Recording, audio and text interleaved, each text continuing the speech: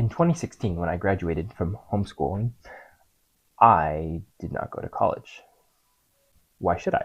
I was making good money being a beekeeper and working on bee removals. There was no bee removal college school to go to, and I wouldn't have needed it at that. We had a good mentor.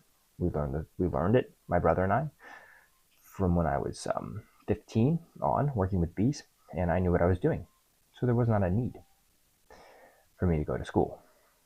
Who should go to school and why? Not everyone needs to go to college is not as a controversial statement as it was in my dad's day, but still many see college as a solid path for good employment. And colleges have been around for a long time and have had great results.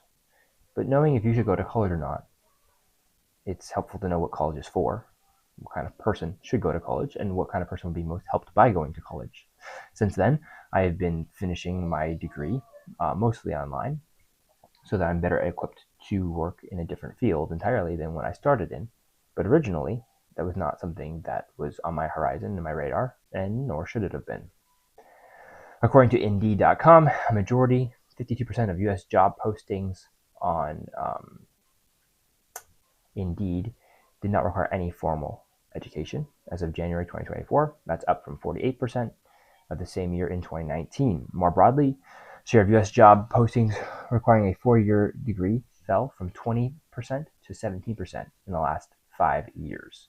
Not to mention the extravagant costs. According to the National Center for Education Statistics, across all types of schools, the cost of college has increased by more than 125% between 1963 and 2022.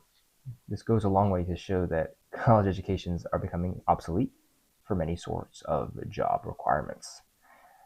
Anecdotally, my brother-in-law in the HVAC world sometimes meets with people who have gone through a 4-year college program to do HVAC.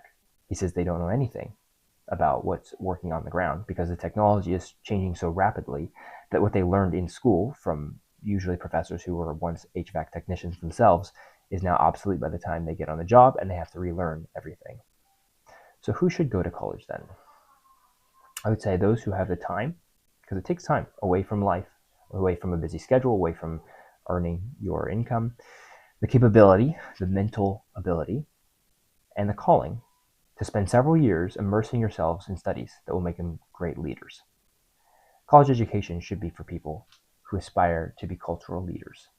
And for that, a liberal arts education is the best and most historically proven way to do that. Immersing yourselves in the great writings and morals and religious thoughts of mankind across the centuries will make men and women who can speak well rhetoric and language, who can motivate others to the good, moral philosophy, who understand the nature of the world, the physical world in the sciences and math, the metaphysical world in philosophy and theology, who can think clearly, logic, and who can appreciate their own culture and pass it down to others. The great stories and poems of our culture need to be known by these sorts of people. And who would then benefit from this kind of education? Well, like I said, leaders, so people like pastors and teachers, doctors and lawyers, statesmen, leaders in any business field, people who have the money and capability and time, like I said, to put that study in early in life that will help them in whatever field they choose, wherever they are, to speak well, to think clearly, to appreciate their world, to appreciate their own heritage and culture, to have a taste for the arts, to have a taste for the good. Plato talks about good education as developing a taste for what is good and a distaste for what is not good. And that is the goal of a real liberal arts education, is to train the senses, train the tastes, so that you can understand, love what is good, and then defend it, speak it well to other people.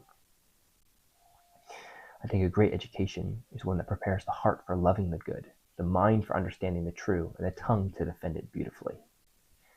And what would you do with everyone else? Well, I definitely think that a K through 12 education should be able to cover that. A lot of people go to college because their K through 12 education was so bad, they needed to go to college just to learn how to be barely literate. This should not be.